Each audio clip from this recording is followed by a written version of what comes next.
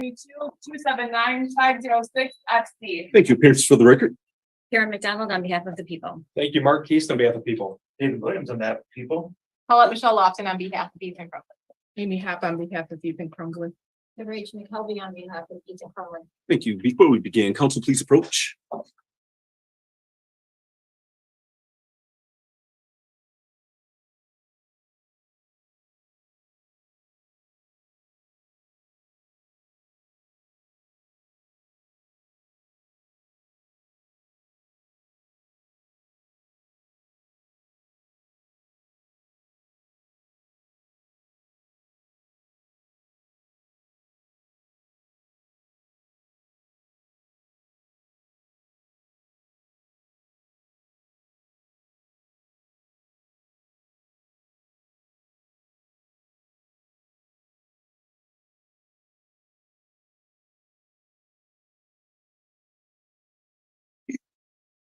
Thank you. With that, people, you may call your next witness. Thank you. People call Robert Catalis.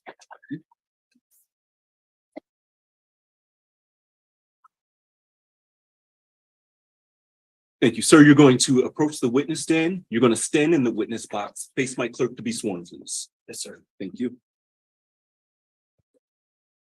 Please raise your right hand. Under penalty of perjury, do you swear or affirm the statements you're about to make to this court will be the whole truth? I do. Thank you.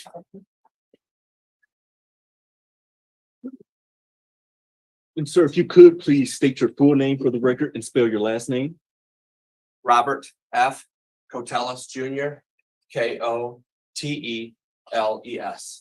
Thank you. Prosecutor, your witness. Judge, thank you. In this witness presentation, we do have crime scene photographs. So as we introduce evidence, I would again ask the court to instruct the media not to broadcast anything that we display on the screen. Thank you. As previously stated, please do not show anything on the screen that's sensitive in nature. If you could, please turn the cameras around when that's being presented. You may Want proceed. the victim's families aware. There will be some graphic photographs in this presentation as well. But you're gonna Thank you. And, let them know before you. and at this time, if anyone wishes to leave the courtroom, you may leave the courtroom at this time, as sensitive information will be shown on the screen. That being said, people, you may proceed. Thank you. Sir, how are you employed?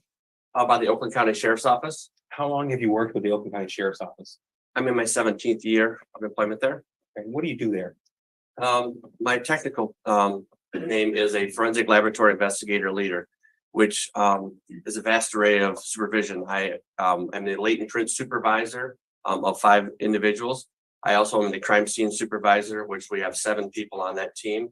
I'm also the crime scene response team supervisor, which I have 10 team members on that, along with an evidence technician program that I run that has over 100 technicians. So you're part of the crime scene investigation, would that be correct? That is correct. And sir, we're not going to go through all the qualifications because it is a Miller hearing, not a jury trial.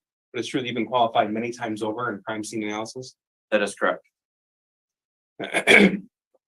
How often do you conduct a crime scene analysis? How often is this part of your day-to-day? Not every day. The teams that I run do a lot of crime scene investigations that are out of my realm, but I've been a crime scene investigator for this is my 25th year, starting with Pontiac Police and with Oakland County Sheriff's Office, and I've done hundreds, if not thousands, of crime scenes throughout my career. I'd like to direct your attention to November the 30th, 2021. Do you remember that day? Yes, I do. Were you working? I was working in the office, yes. Okay. And were you the on-call crime scene supervisor in that day? Yes, I was. Do you remember being called to the Oxford High School that day? Yes, I do. Tell me where you were when you received that phone call. I was sitting in my office at 38 East of the Sheriff's Office, and my Captain Quisenberry informed me that I needed to respond to the Oxford High School. You responded there? Yes, I did. Tell us what you do, please. What are some of the steps you take when you process the scene? The initial thing is an assessment, a crime scene assessment, to see what we actually are looking at as far as the actual crime scene. So to get an idea of what resources I may need or what processes we have to actually perform before we actually start photography or anything else. Okay. Now, at the Oxford High School, this is an extremely large crime scene, that'd be correct. That is correct. And before you conducted your analysis, did you do a walkthrough? Yes, I did. Tell me about that, please. There were several individuals that were involved. It was my entire team, which I had 18 members, along with our special investigations unit. There were several sergeants and lieutenants that walked through the scene because there was different intelligence that we were receiving at different times. We wanted to make sure that we were all on the same page. Now I'm going to approach the witness. This is exhibit 46. I may approach that. Yes. Now, this has already been stipulated as admission. I just want you to have that, refer to it if necessary. That's your report that you offered regarding the crime scene analysis in this case. Is that correct? Yes, it is. Thank you. Now, that's obviously a lengthy report. We're not going to go all the way through it, but I am going to show you some photographs. It's also been stipulated too. They're already admitted into evidence. I'll take you through that through the PowerPoint presentation on the screen. But I just want to confirm with you, you've seen our exhibits. These were all taken on November the 30th, 2021 at the Oxford High School. That is correct. So directing you now to the screen, this is a map of the Oxford High School, and we have blue markings on this map. Is that right? That is correct. Okay, did you make these markings? Actually, one of my team members had actually placed the numbers on the schematic of where the evidence pieces were collected from within the school. Okay.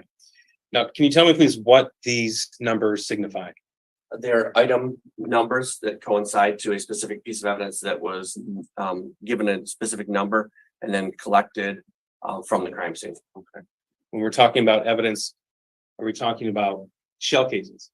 Yes. Can you tell us please what exactly is a shell case? So what the technical term will be a fired cartridge case. It is a portion of a cartridge that ejects out of a semi-automatic weapon when the firearm is fired. So the bullet goes out the end of the barrel, and the fired cartridge case will eject out the side of the weapon, typically out the right-hand side of the weapon. Oxford High School, it's a single-story building. Is that true? That is correct. Okay. And did it appear to you from your investigation that the shooting was contained to the 200 hallway? Yes, it was. Just for a little bit of background, the hallways are named for the numbered classrooms in the hallway. Is that right? That is correct. So throughout your investigation, we're able to determine the path that the shooter took. Yes, it appeared to be on the south side of the school and then headed a little bit east and then to the north. And just to direct you to I have a laser pointer with the map here. Now, this is a bathroom that's directly adjacent to room 258. Did you come to learn the defendant was in that bathroom directly before he opened fire? Yes, I did. Okay. And if you could tell us the path that he walked, please. Then he would go directly east, which is down, and then go into the north, which is a little bit to the right, and then follows that hallway there. Okay. And where do the evidence of the shooting scene stop?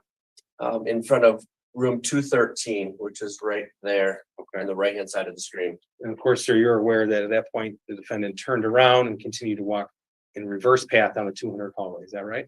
That is correct. Now, I'm going to take you through some crime scene photographs following the path of the defendant. So this is previously admitted as Exhibit 2. If you could tell me what we're looking at in this photograph. This is a bathroom stall in the bathroom that is just outside of room 258 in the 200 wing of the school. And there's some personal effects that you can see in the picture there, a backpack, some electronics, a journal, along with a Gatorade bottle, some other miscellaneous items. Now, next picture is in the 200 hallway. We're looking down the 200 hallway. We have rooms 258 and 256. And obviously we have some images redacted, but also yellow evidence placards. Can you tell us what we're looking at here? Yes, this is a photograph taken just outside of that bathroom, what we saw the inside of in the previous exhibit. This is a photograph taken to the east on that hallway outside of 258 and 256. And the yellow placards are items that were marked as evidence pieces within that crime scene. I want to ask you specifically about what I call shell casings, or you fired cartridge cases that's the official term. Would that be right? That is correct. Okay. How many of those did you uncover? Did you recover rather in this portion of the 200 hallway?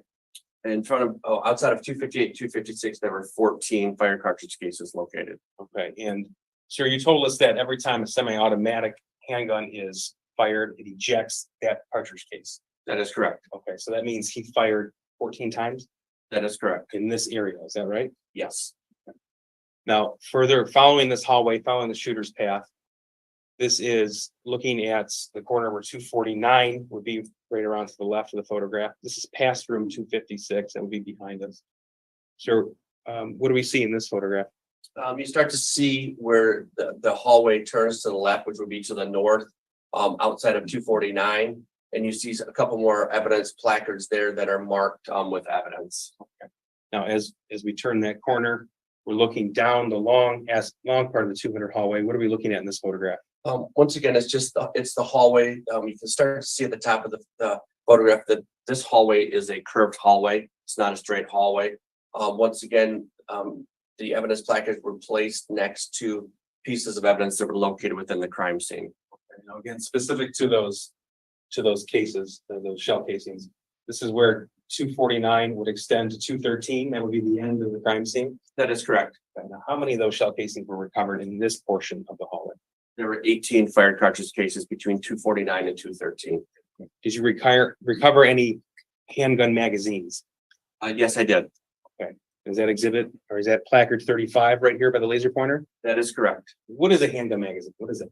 So a gun magazine, a handgun magazine would be something that contains those cartridges prior to them being fired, and they're inserted into the bottom of a semi-automatic weapon to be able to be loaded into the chamber of a firearm to be expelled through the barrel.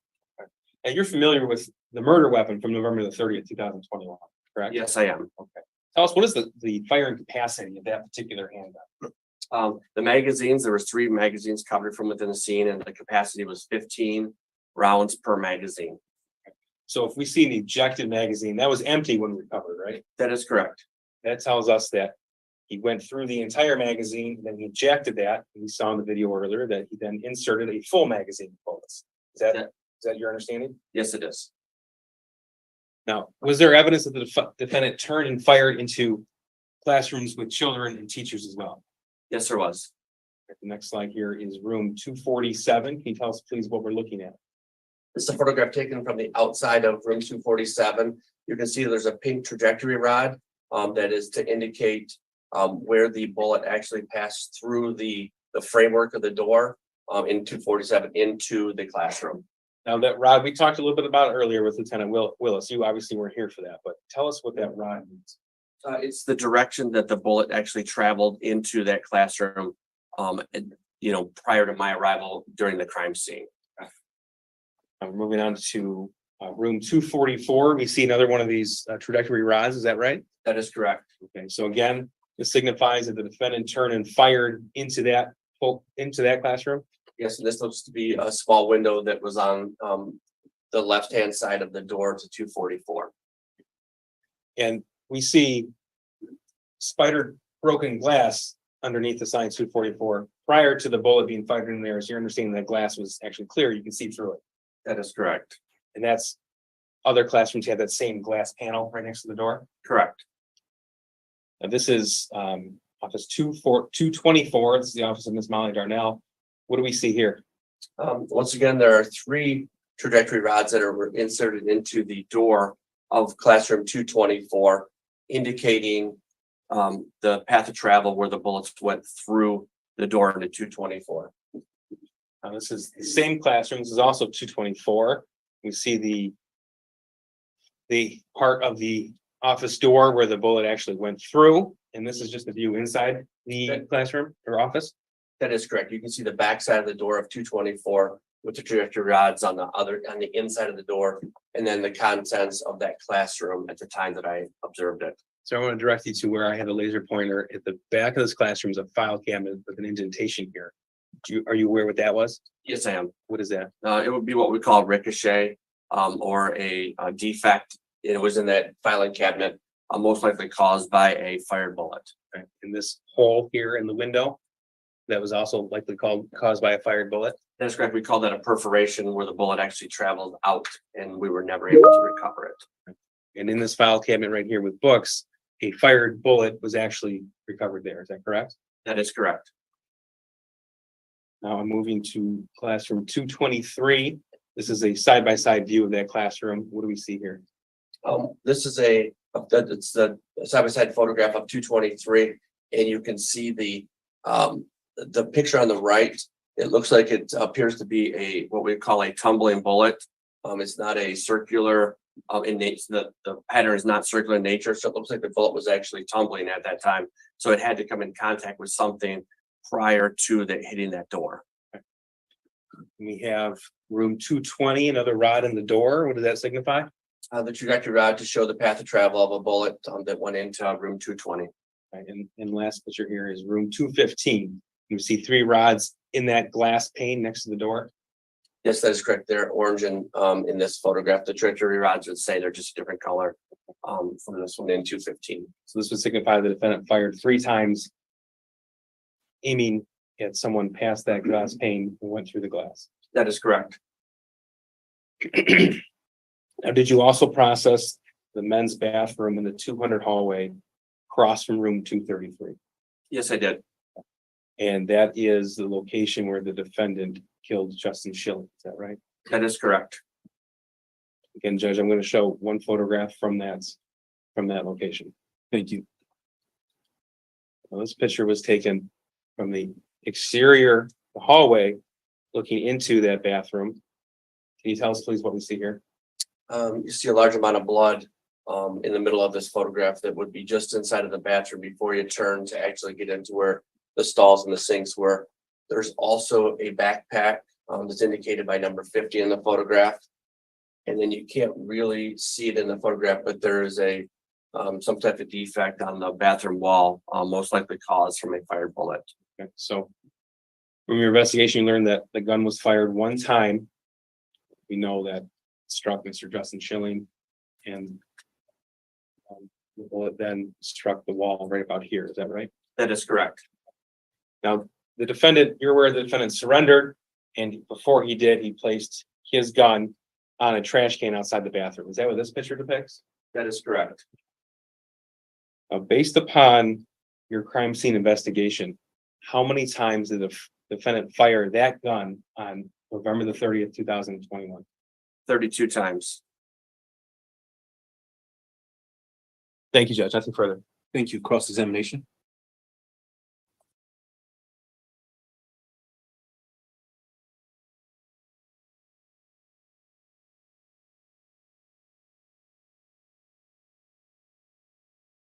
Other than the crime scene at the high school, were you involved in the search of the house? No, I was not. Were you involved with processing any of the evidence as far as testing any of it? I guess you have to be more specific. Okay, for example, if clothing was taken from Ethan, would you have processed that clothing for any type of trace evidence? No, I did not. That's not my area of expertise. Would you have done any trace evidence analysis on the firearm? I did check the firearm And when you checked it, what were you checking it for? for blood. And was there any blood on the firearm? No, there was not. As it relates to your processing the scene at the high school, the photographs and the placards in them are based on where things were found when you arrived, correct? That is correct. It's possible that that evidence could have been unintentionally moved by other people that were going through the hallway, correct? That is a possibility. Now, did you interview anyone in in your investigation of this scene? Did I interview anyone? Correct. No, I did not. Did you take any statements from anybody? No, I did not.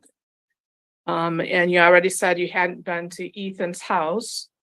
Were you at all responsible for any of the photographs or any evidence collection there, even though you didn't do it personally? I took all the photographs in this case, Okay, so you took the photographs at the house then too. just at the high school. Okay, so you just said you took all the photographs. So if there were photographs from the house, it wouldn't be Well, I mean, something you did. Then I apologize if I misunderstood the question. I was never at the house, so I could not have taken any photographs there. I took all the photographs at the Oxford High School. Would one of the team members that you testified you supervised taken those pictures? Yes, And would you have been supervising what was collected at the house or what pictures were taken? I was not at the house. But were you telling your team member what to do or how to process that seat? No, I did not. Did you take any, and this may not be, it may be outside of what your responsibilities are, so let me know. Any physical evidence from the person of Ethan, such as swabs? No, I did not. Would that have been outside of what your responsibilities were? It would all have to depend on the circumstances and if I was needed or they requested it. Have you ever met Jennifer and James Crumbley? No, I have not. Do you know anything about Ethan's life or his family? Only by hearsay. And by hearsay, would that have been from your team members or other law enforcement officials, or are you talking from like press reports? Just from my coworkers in law enforcement. We know Ethan's been in the Oakland County Jail, correct? That is correct. Have you had any contact with him at the jail? No, I have not. And do you know anything about what he's been doing there regarding education? No, I do not. How about, do you know that he's been diagnosed as being mentally ill? I do not know that. How about if he's taking any sort of medication or in any sort of counseling or other treatment for mental illness? I don't know that information. Do you know what the Miller factors are? Just a little bit. Do you know any of the hallmark features of Ethan's chronological age? No, I do not. Do you have any sort of education, experience, or specialized knowledge to talk about hallmark features of a person's chronological age? No, I do not.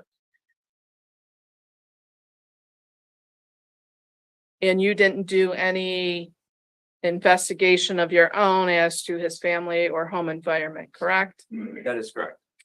Now, you also cannot provide any testimony about the effect of any familial or peer pressure on Ethan related to this event. Would that be true? I think he's already testified that he's a crime scene investigator and he was only at the school. Thank you. The court agrees, but I will allow some leeway, but please get to your point, Ms. Hop, but you may continue.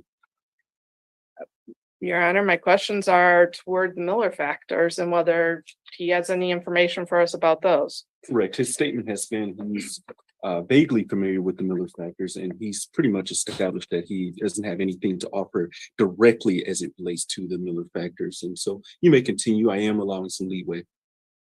You don't know anything about the incompetencies of youth or Ethan's incompetencies related to his age, correct? That is correct. Don't know anything about brain development, correct? Correct. And you don't know whether Ethan can be rehabilitated, can you? No, I cannot. And do you know what it means to be rehabilitated in the context of criminal law or corrections? No, I do not. And you don't have any experience, education, or specialized knowledge about whether people can be rehabilitated at all, correct? That is correct. How about what it means to be irreparably corrupt? Do you know what that means? No, I do not. And you don't know any sort of standard for that phrase? No. And you don't know how to determine if anybody's irreparably corrupt, correct? Correct. You haven't met Ethan before, correct? That is correct. So you can't provide us any testimony about what changes he's undergone as a person between November 30th of 2021 and today, correct? No, I cannot. No further questions. Thank you. Redirect. Briefly. You're a crime scene investigator? That is correct. Okay. And so you went to the crime scene November the 30th, process the scene. Yes, I did. Okay. You can tell us that the defendant fired the weapon, the 9mm weapon that he used to murder 4 children, he fired that gun 32 times in that shooting event, That is correct. and each time he fired it aiming at a person. Is that right? One would assume. Thanks, nothing. Thank you. With that being said, any reason why this witness should not be excused? Not from the people, thank you. None from defense. Thank you. With that being said, sir, you may step down. You may also leave the courthouse. Please don't discuss your testimony with anyone. Thank you, Your Honor. You're very welcome.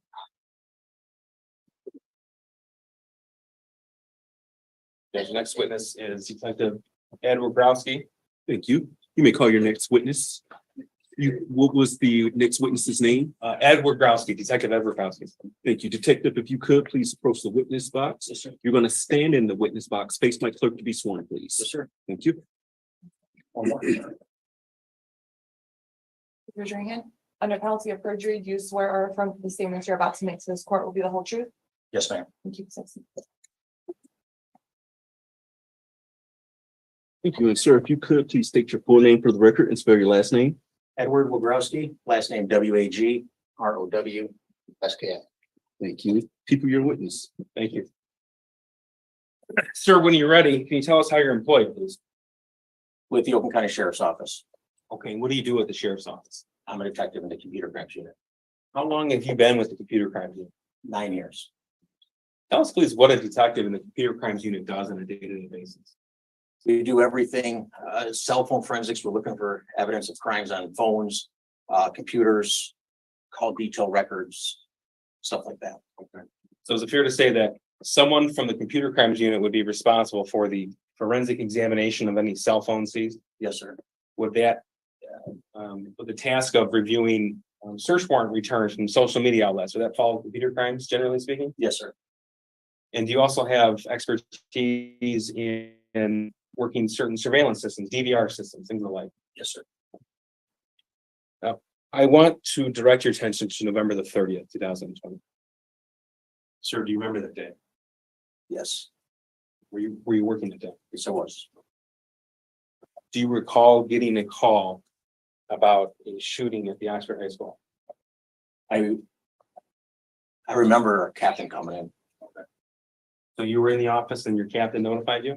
Yeah, we were sitting down, getting ready to listen to a webinar on forensics, cell phone forensic stuff. And he came in and the phrase he used is, he said, there's been a shooting at the Oxford High School. And he said, all hands on deck. What's going through your head at that point? This isn't real. What'd you do? I'll be honest, in my job, we're people call us the computer nerds. And I thought, this isn't real. It's going to be over by the time I get there. And so I got we always take our laptop wherever we go. And I grabbed my stuff and walked out to my car. I remember as I was pulling out of the parking lot, it became very real. I looked to my left out of the sheriff's office, 38 East, and the animal control and the medical examiners down at the far end. And there's two marked patrol units from another agency. They come around the corner and their lights and siren are going, and they're going very fast. And I remember thinking they weren't from my agency. And I remember thinking I knew where they were going. And I thought to myself, well, there's no way they're going to take me to a place in my town that I work for. Do you remember the drive? Every minute of it, yeah. Tell me what you remember. I remember there was a lot of chatter on the radio, a lot. I was at 24 in Walton. I went up to Walton, turned right, and started heading north on 24. And it must have been 1 p.m. because I remember hearing say there was somebody in custody. But I kept driving, of course, lights the siren,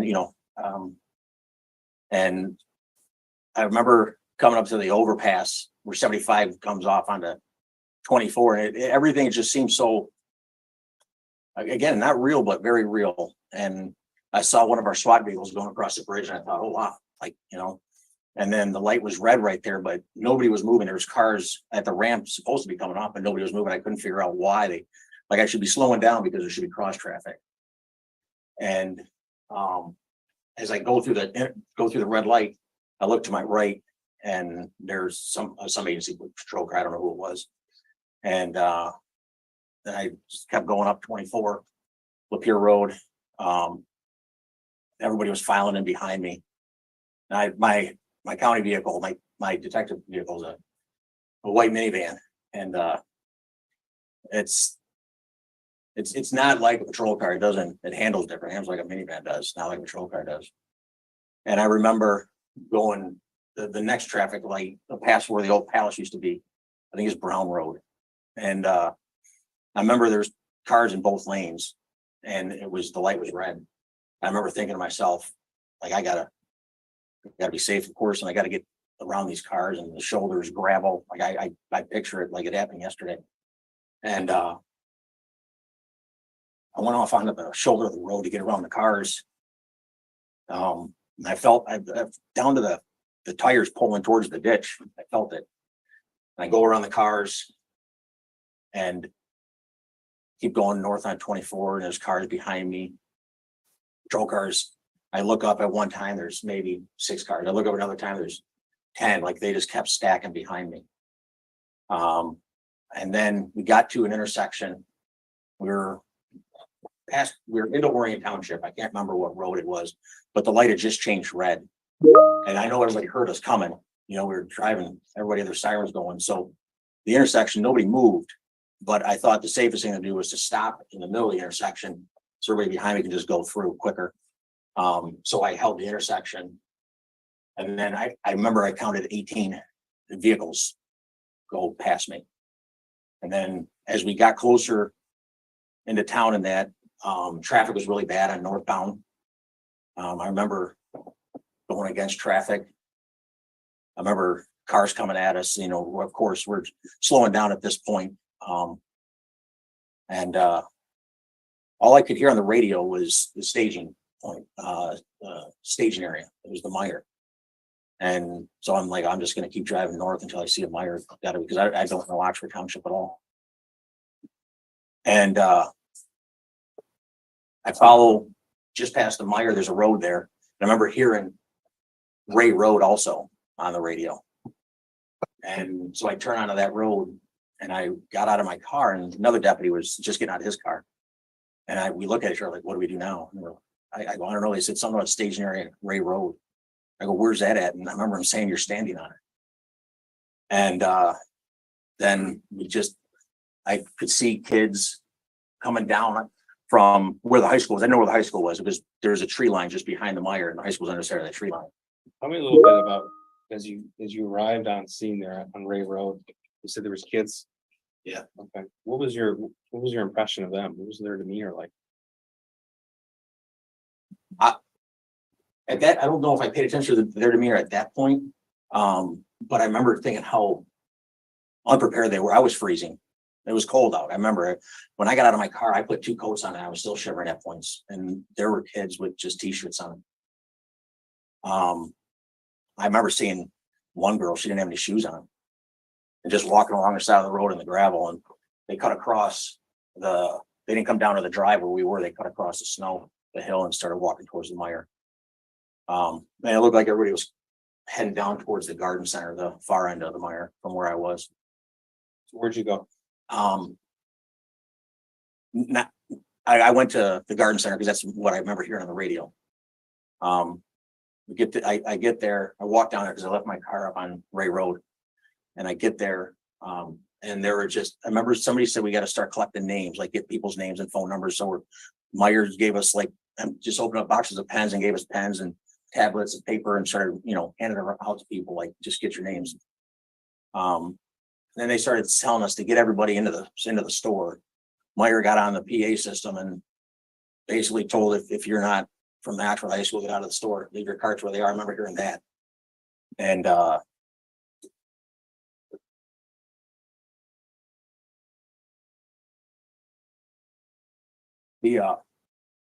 so then I remember seeing kids just standing around like they look like zombies almost, like they didn't know.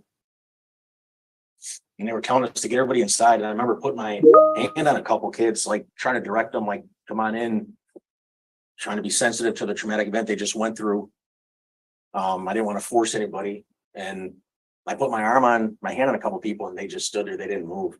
Nobody, a couple went into the school, or into the store, I'm sorry. But a lot of them just stood there, just staring. At some point did you see buses being dropped off or driven there? Yeah. I remember all of a sudden some school buses started coming around the corner and like in moments like that, like, everything was I was just so hyper aware of everything. And I remember thinking to myself, like, that's just like really weird. Like, why are there school buses? Like, how did they get the buses that close to the school? And the stuff I was thinking about. And I remember seeing parents just standing there talking, hoping their kid.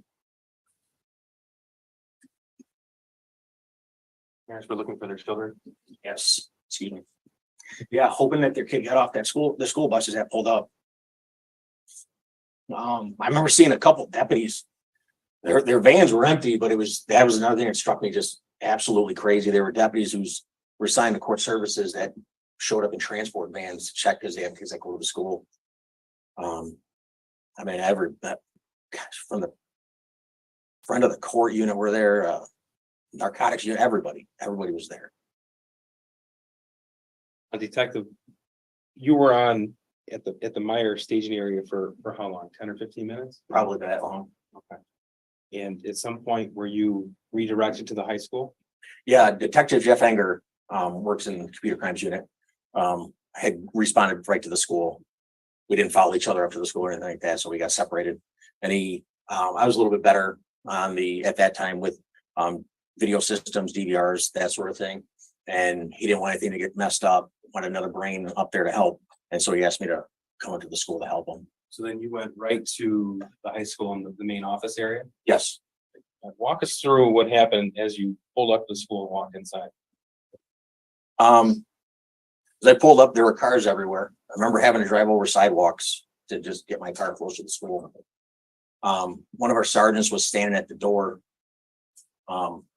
looking at the school. The door 1 is on your right side, door 2, and the office is behind the glass wall there. I walk in the door 2, and the sergeant standing there. He's just manning the door, I suppose.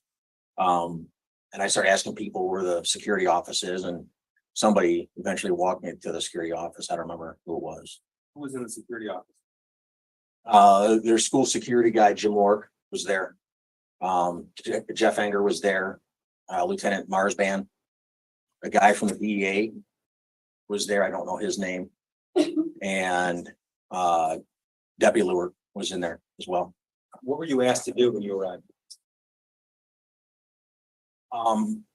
We weren't asked to do anything when I got there. What we knew we had to do is to secure the video footage of the incident, what happened, because the bosses are going to want that information to formulate a plan and do all that stuff. So I knew they would be asking for it. So you it was incumbent upon yourself as a computer crimes detective to find the relevant portions of the surveillance footage. Yes. Okay. And Oxford High School has a number of surveillance cameras. Is that right? So they some point inside the school, some are exterior. Right. Okay. Was it over 90? I think that's the last. Yeah. Yeah. Well, yeah, at least 90. At least 90. Okay. So when you sat down, tell me what the security office looks like. I imagine it is a bank of a screen. No, it's really, I mean, it's no bigger than the maybe 3/4 size of the seating area you all are. We're looking at it.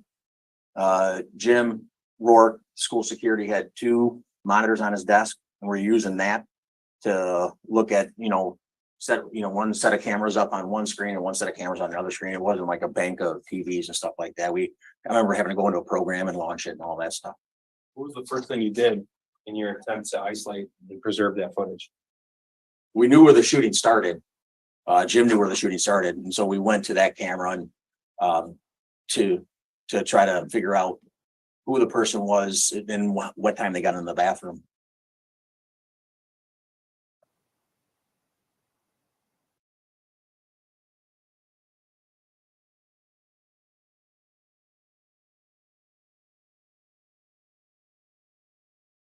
Detective, you know where the shooting started, and that was right outside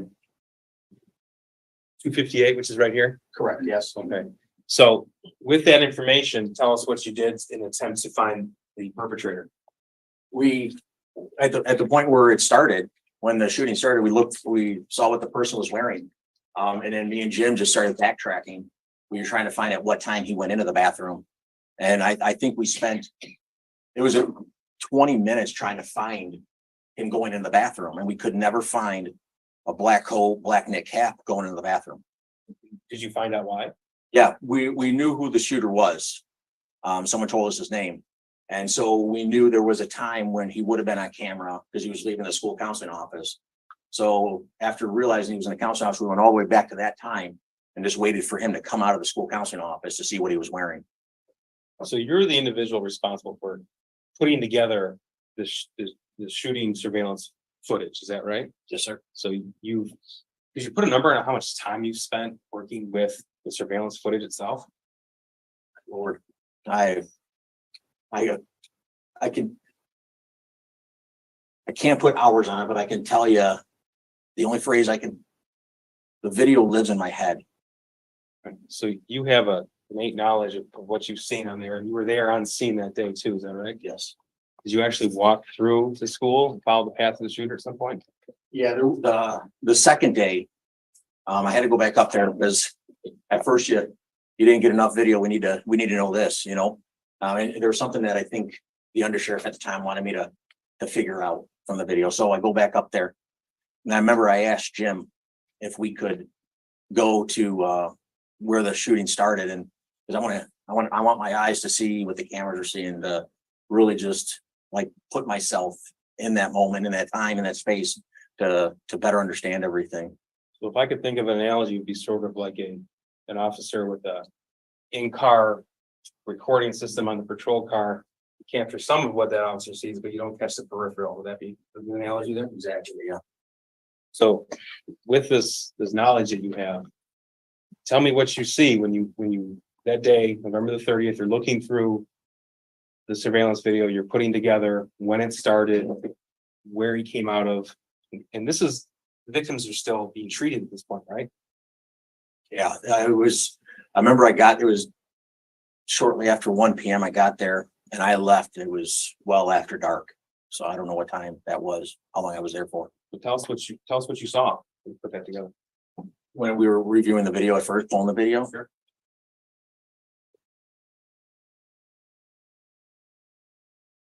I remember at first I didn't know all the people that were involved in it, all the victims. But you see the shooter come out of the bathroom, and I've watched the video so many times. He had a sense about him, like, I don't know, I call it like the proud chest. Like he walked out of there like his head was held high, like he was in charge. And I remember his finger was outside the trigger guard. Why is that significant? Oh, it's gun safety 101. Don't put your finger on the trigger unless you're ready to pull the trigger. And he steps out, and he immediately, there's Phoebe and her boyfriend Elijah, and he immediately levels the gun at them and then shoots them. And you see Elijah's hair from the blast of the bullet, like his hair he's got real curly hair and his hair just poofs up. He then turns the gun to there's Hannah and Kylie and Riley on the right side of the hallway. And he immediately turns the gun at them and fires some rounds in their direction. Then directly in front of him was John Asciutto. And I learned all these names after, and he shoots at John. And then as John runs further down the hallway, the shooter stops and he shoots again at Hannah. And at this point, she just completely falls over. And he runs down the hallway. I don't know how to describe it, but he sprints down the hallway. He puts the gun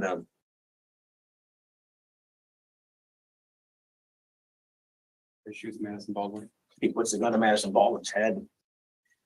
And you see, as he turns to walk away, her body just slumps to the ground. He rounds the corner by door 7, where some deputy had come in after. The sun on coming through the window, the doors are so bright, you don't see him at first. And then he starts coming in the focus a little bit more, and when the sun dies down or whatever. And there were 2 girls, I don't know their names, but the one girl reaches, she was a smaller girl, a shorter girl, and she goes towards the classroom and she tries pulling the door open. And I would imagine at this time they had engaged the locks on the doors to prevent anybody from coming in. And the other girl, she had a backpack on. And she easily could have just ran past that other girl. But she slowed herself down and grabbed that girl. And that would saved her life, I would say. And pulled her with her. As they're running away, you see the shooter level his gun and fire off a few rounds. In the upper corner of the video, you see like appears to be drywall or insulation. Continues on down the hallway, down the 200 hallway.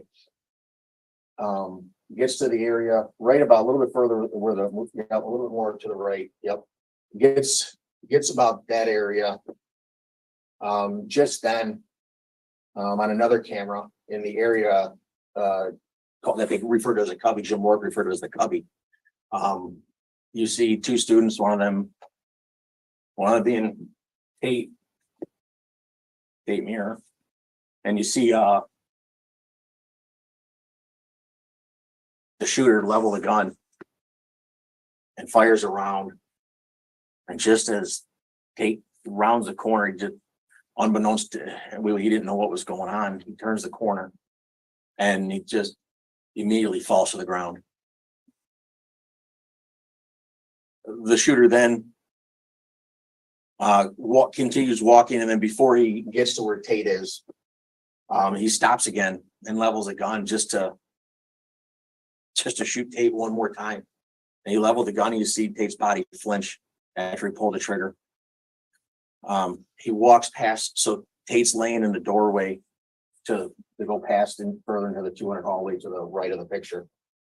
And he walks past Tate without a care, didn't look at him or nothing. And as he's walking further down the hallway, he sees towards the top of the frame, you see him stop, and he turns to his left and fires a couple rounds into an office, I believe it was. And then just continues down the hallway, gets almost all the way to the end, and he had passed the classroom. And the way the classroom is probably, right about there. The way the classroom is, the door is to the far right of the classroom, and there's a small window next to that door. So as he would have been walking to his right, or to our right, I'm sorry, he wouldn't have seen probably students hiding back in the corner of the classroom. And he turns around because he just walks right past as he looks into that area. And after he turns around, he comes back, and he must have seen students hiding in the back corner, and he just fired more rounds into the classroom.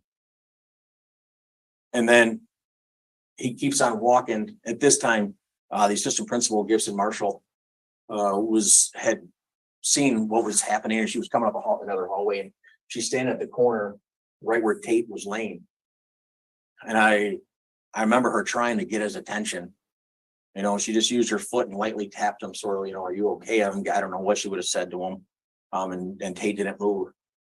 And the shooter had come back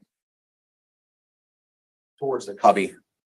And as he approaches where Tate is now laying, and the assistant principal is standing there, she wasn't armed. She didn't have anything in her hand. She had a walkie-talkie. That's all she had.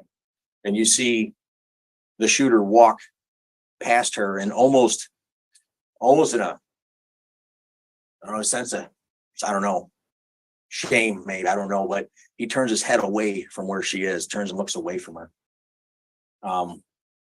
Then he continues back towards the left of the screen to right about there. And then there's a bathroom. And that's where Justin, was shot. But there was no indication, unknown why he would have, he just made a hard right into that bathroom. And then somebody fled the bathroom after Justin was killed. Yeah, Keegan just came absolutely tearing out of that bathroom. I remember watching, he was running so fast. He was running so fast. The cameras that recorded him, all it was on the camera was a blur. He was moving so fast. Oh. Adam, so sorry, but I have to ask you about Madison again. When he got to her, she was already on the ground in a crouched position, is that right? She was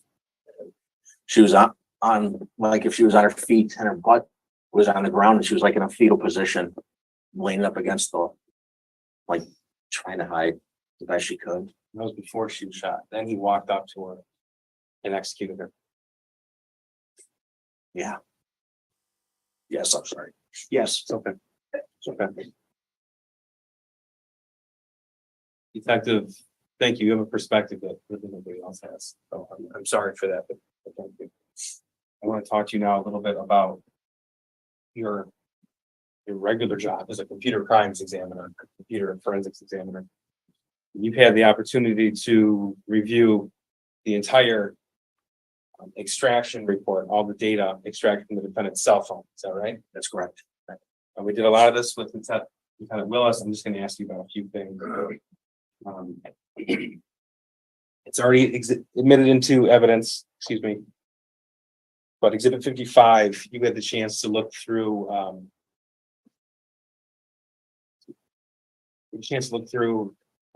internet searches, all right? Yes. Tell me, please, item 1, November 30th, 2021, 8:34 a.m. What did the defendant search on his phone? he searched, what is the biggest high school in Michigan? This is November 30th, the day of the shooting, 8:30 in the morning. Yes. Okay. Item 3, what did the defendant search? 8:11 in the morning. Also on the day of the shooting, it's the biggest high school shooting. 8:11 and 18 seconds on the day of the shooting. What did the defendant search on his phone? A search for a school shooting. The day before, the night before the shooting, November 29th, 2021, 9 p.m. What did the defendant search? What school shooting happened in 2021? And everything in quotations, those are the words he typed out. Is that right? Yes, sir. Item 12, again, the night before the shooting, 8:49 p.m. What did he search? What are signs to look out for a school shooter? What about item 32, 2 days before the shooting? Recent mass school shootings. Item 37, this is 1 week before the shooting. What did he search? Why was a Parkland High School shooting so popular? Item 60, we have a name redacted. It's the name of a different school shooter from a different state. November 18th, 2021. What did he search? What gun did someone use in STEM school shooting? This is a week and a half before the shooting. November 18th, yes. Item 75. What did he search? Again, on November 18th, he searched Colorado school shooting. Item 79 on November the 12th, 2021. What did he search?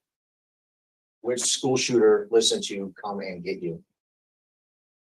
November, and that's 18 days before the shooting. 18 days. November the 9th, 2021. Item 136. What did he search? Have there been any school shootings in Michigan? November the 9th, 2021. Item 151. What did he search? He searches Florida school shooting. What about November the 8th, 2021? Item 152. He searched how old was, That's the name of a different school shooter. yes, when he shot the school. What about item 156, November the 7th, 2021? He searched Douglas High School shooting. This is weeks before the shooting. This is 23 days. Item 160. What did he search? Again, on November 7th, how many school shootings in Michigan? The last three, item 164 from November the 6th, 2021. What did you write? What was the most deadly school shooting? Item 172, Sandy Hook school shooting movie. item 173. Who was the youngest school shooter? And those were all from November the 6th, 2021. Yes, sir. On your forensic examination of the defendant's cell phone, you also reviewed website history. You can see when you look through somebody's phone, you can see what websites they visit. Is that right? Correct, yes. And we're not going to name this particular website, but did you uncover evidence the defendant visited one website in particular that depicts extremely graphic real-life videos? Yes, sir. And you're aware of the incident in the Oakland County Jail with the courtroom tablet? Is that true? Yes, sir. Did you find evidence that he had visited that website before the school shooting, the same website that he visited while he was locked up in Oakland County Jail? Yes, there was. Can you give us a number on how many times he visited that website just in the month before the shooting? But believe it was in the 20s. Well, if I said 421 times, I'm sorry, I apologize. I thought you meant when he was in the jail. no, that's all right. I'm sorry. I'm Yes, talking on his phone before he was. yes, there was many. Yes, Detective, you have also reviewed recordings on the defendant's phone. yes, sir. And did you uncover two recordings in particular that the defendant made of himself the night before the shooting? Yes, sir.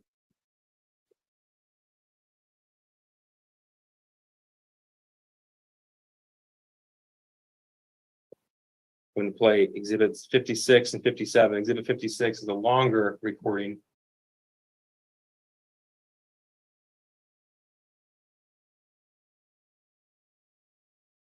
Have to unplug and replug that. I'm sorry. Not an issue.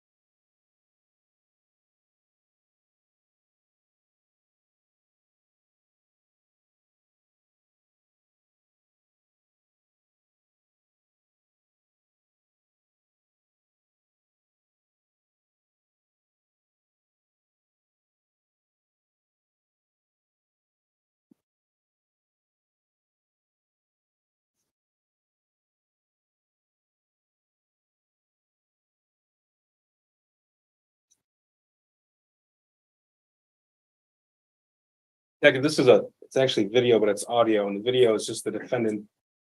He's pointing the camera or the phone at his feet. Is that correct? Yeah, you see the tops of his feet. Okay. In the interest of time, I'm just going to play the audio for you. Okay. And after, just confirm that that's what you found. November 29th, 2021.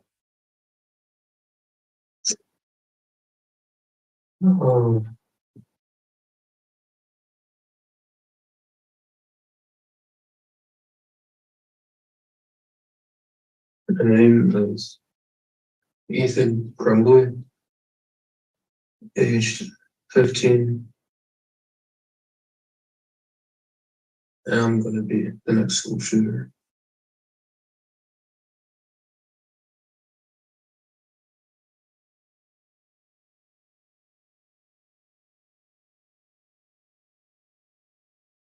Thought about this a lot.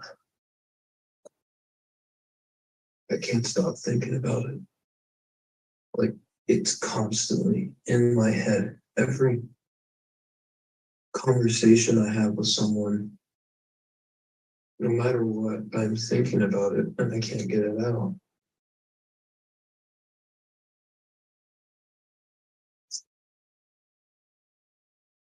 It's currently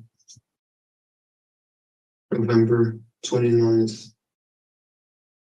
2021, 10:05 p.m.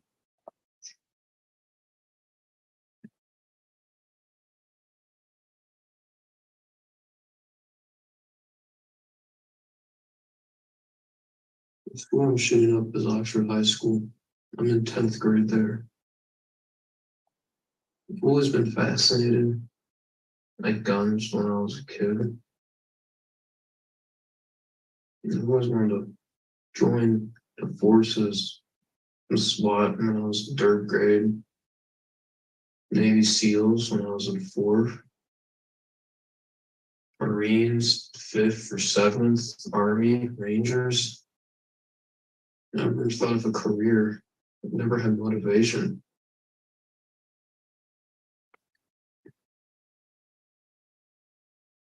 I kept lying to myself that there is something out there for me. There was something that was going to make me happy. That was going to provide me a happy, loving, caring life. But this bullshit. It's all a lie. I realized that. Well, in 9th grade, I never thought of this. I thought I was going to make it first school and go into the army, but I realized, what's the fucking point? Millions have done it. Thousands have regretted it. Thousands have killed themselves because of it. Many come back and not happy, not satisfied. And I'm thinking, it's the only thing I want to go into, but how will it make me happy? How will I love doing that?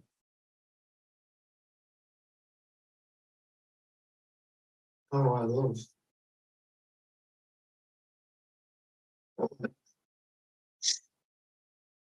Yeah, I realized that that's not going to work out. So I was thinking, what am I going to do? And I realized all the bullshit that was right in front of me, and I never realized it. I was always the kid who said, work hard in school and you'll get a career in life. But the career is bullshit. It was right in front of my fucking eyes the whole time. I couldn't see it. The school system is, their main goal is to put youth just born into this world to learn. And they actually learn fucking good. They learn K through 5. They learn useful stuff. Stuff about the world that teaches them not how the world is, but how it should be and how they want it to act be. The teachers brainwash them into what they think is right, and their minds are so underdeveloped that the adults just take advantage of it. And they say that that's too good for humanity. When you get into middle school, that's even more useless. It's just an excuse to wait till the kids grow up. They're wasting years of their life learning knowledge they're most likely never going to do unless they become a Nobel Prize scientist or mathematician or the fucking founder of a multi-million-dollar environment club. And they're brainwashing. They're teaching a working class into this world.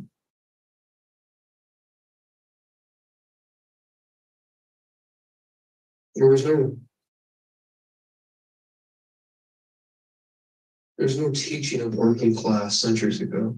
They're either born into it or they weren't. You were born into a working class, you were forced to work. You weren't born, you helped develop the world. You created technology, you created advances in civilization. There was only 2 indifferences, and the working class rose up and made everyone a working class. And now, no matter what, you just have to work. To do what? You spend 15 years of your life just hard studying and trying your hardest to achieve the best out of anyone in any school. And then you get accepted into college. And you could be rich, so you don't have to worry about it. Or it could put you into thousands of debt. Then you get a useless job that other people have gotten, and you think that it is doing something for this planet. You think that all those years of working and you get a job is doing something for the good of humanity. It's fucking not, it's useless. The education system, the government is just brainwashing people to be a working class. They're all brainwashing them just to fucking work and keep society how it is, but people want to go a different direction. They don't want to work, but see, that's where I don't fucking understand it.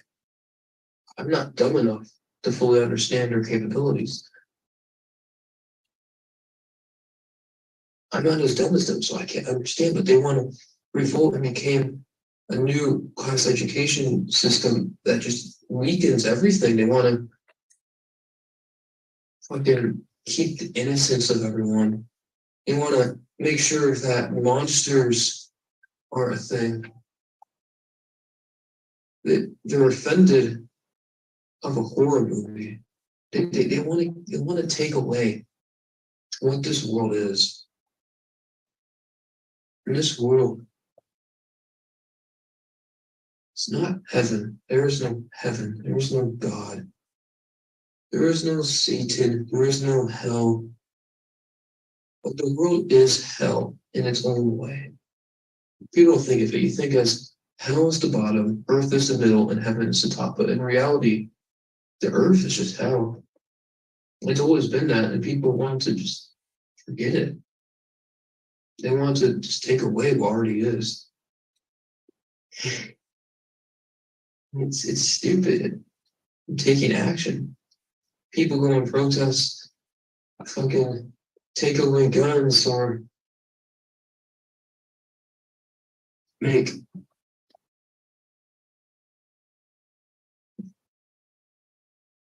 what I'm doing.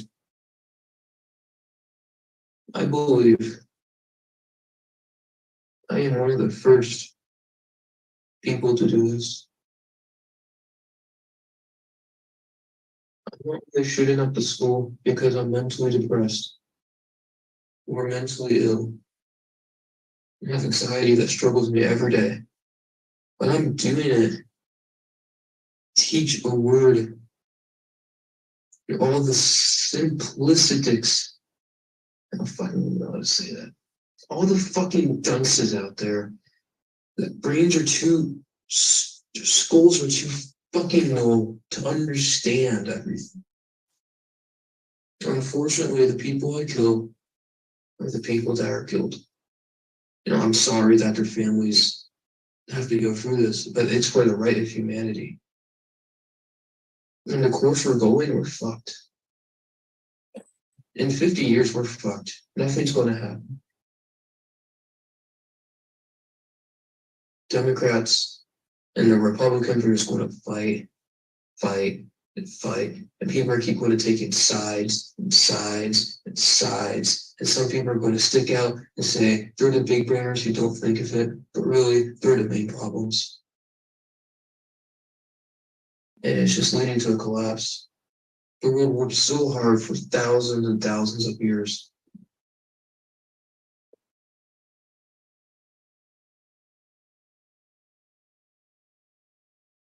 When war happened, peace was a thing. People understood everything. People understood the logistics of human civilization. The time from 1920 to 1980, it's the golden ages of humanity. In some countries may not have been that way, But for the big ones, it was the golden age. Everyone understood the world, but knew how to keep it in order. They knew the different stages because war and peace. They knew that they can cooperate and live together.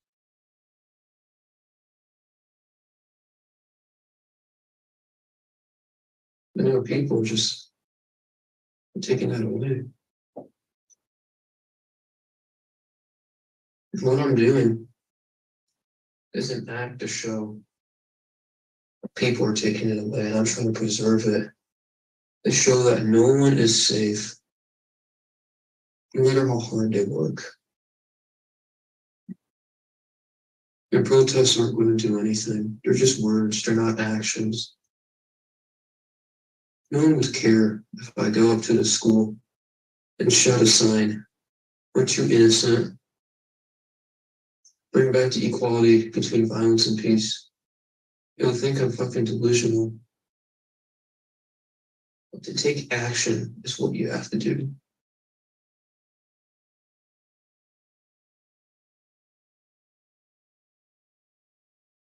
Action is the only thing out of humanity that has made us this far, has brought us this far into civilization. And society is collapsed. Civilization is no more. People don't see it, but we're on the brink of downfall. And not just the break, but the beginning. The end, basically. Everyone is born, works hard, and thinks that everything's going to be the same for hundreds of years. The technology will advance and that's it. But that's not how it happens.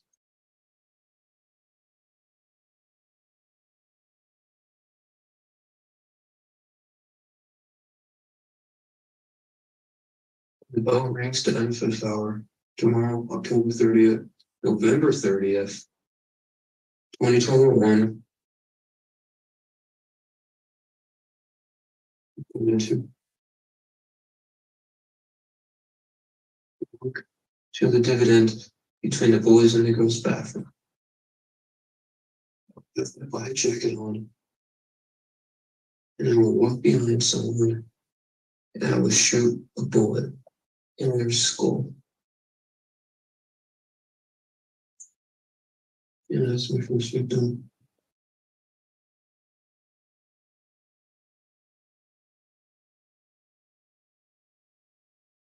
Put an open fire on everyone in that hallway. The hallways are too jam-packed. I will try and hit as many people as I can. I will reload. And I will find people hiding. I'm going to teach them a lesson of how they're wrong, how they're being brainwashed.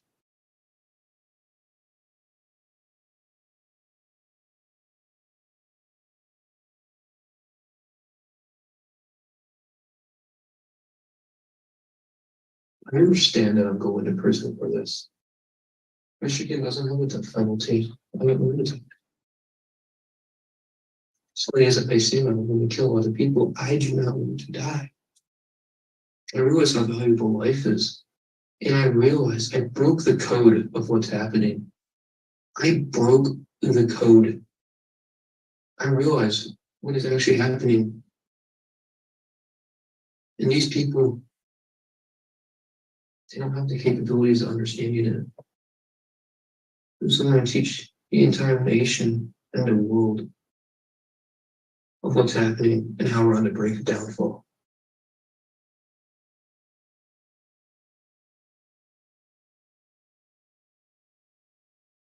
Would it be using 6R SP2022?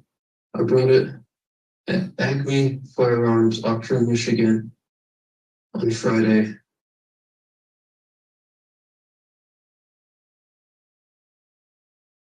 It is a 9mm pistol.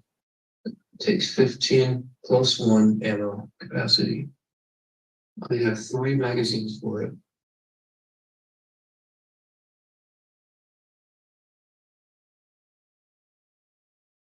I've worn my mask for too long.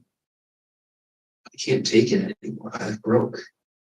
I fought it for years and for years, lying to myself over and over again.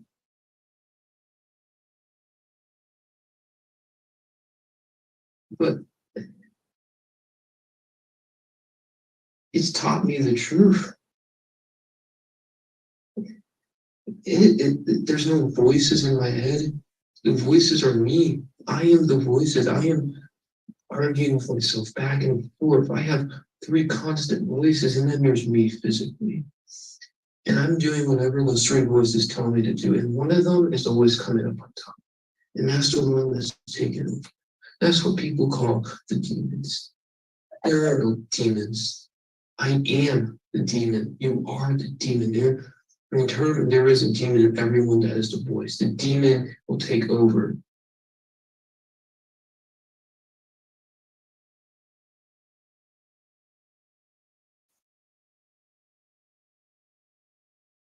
There's nothing I can do about it. My life is already on a downfall. If I don't do this, nothing will happen. The world will collapse. I will be in misery. I'll probably just end up in a useless career in the army and killing myself. What use is that?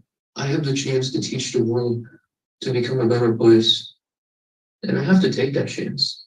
I've missed many opportunities in my life, and I'm not missing this one.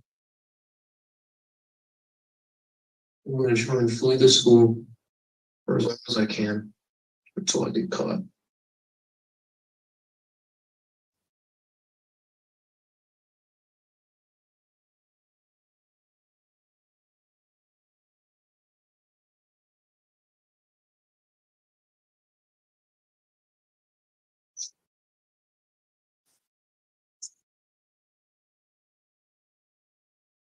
Out of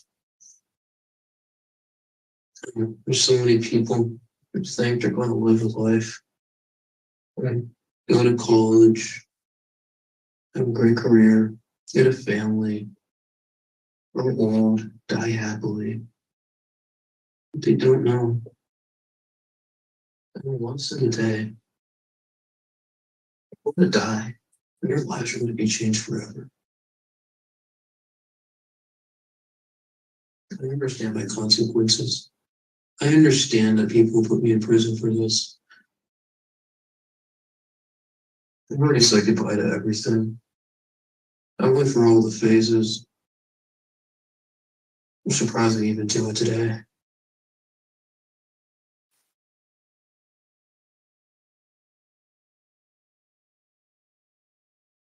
I'm sorry for manipulating your mom and dad.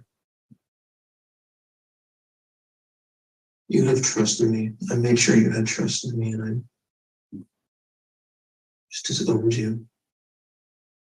But you should know it's for a cause. And I'm ruining my life and not yours. Yeah.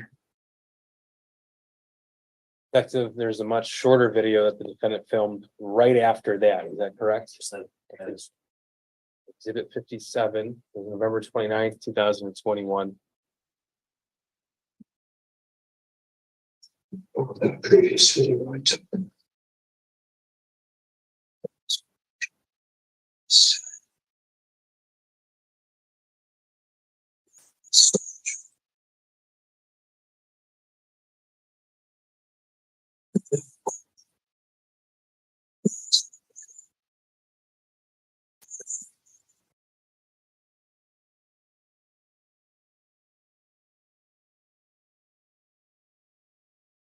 I have no additional questions for this witness. Could counsel approach? Yes. Regarding timing. Yes.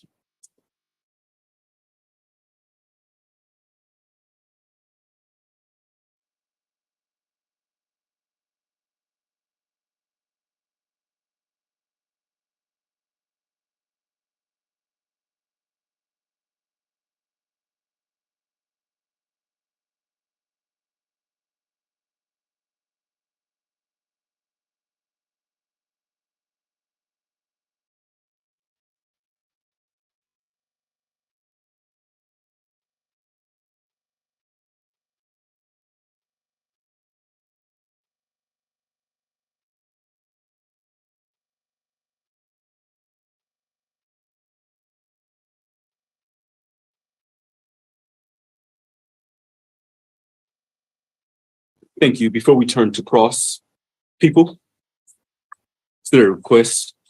Yes, Your Honor, we have one additional witness for today. Molly Darnell, who's a teacher in the school that day. I very much would not like to ask her to come back tomorrow. She's been waiting. It's, as you know, it's very traumatic. And it's my understanding that opposing counsel has agreed to cross-examine our witness on the stand currently and tomorrow. And so that we can allow Molly Darnell to testify. Thank you. Agreed, defense? Of course. Thank you. With that being said, sir, you may step down. In the meantime, please don't discuss your testimony with anyone. Yes, sir. Thank you.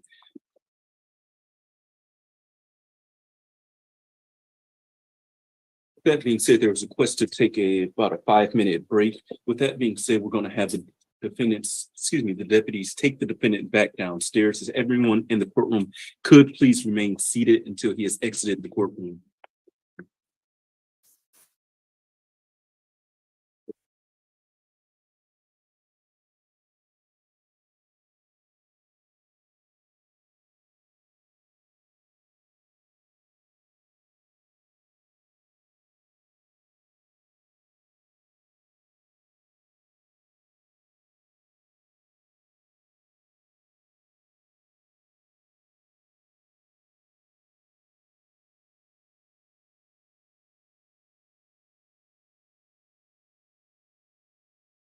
Thank you. We'll take about a 5 to 10 minute break. The court will stand in recess. All rise.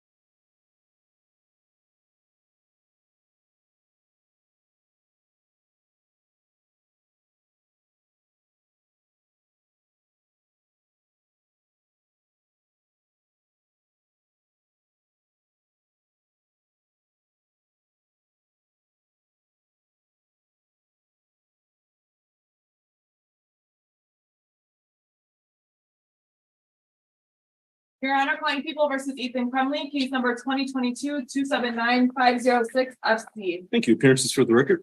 Karen McDonald on behalf of the people. Thank you, Mark East on behalf of people. David Williams on behalf of people. Call it Michelle Lawson on behalf of Ethan Crumbley. Amy Happ on behalf of Ethan Crumbley. DeBridge McKelvey on behalf of Ethan Crumbley. Thank you. And good afternoon again to council. You all may be seated. People, you may call your next witness. All right, and Your Honor, again, for the record, opposing counsel has agreed to let us take a witness out of order. And with that, the people will call Molly Darnell to the stand. Thank you. Ms. Darnell, you're going to walk up to the witness box. You're going to stand in the witness box. Face my clerk to be sworn, please.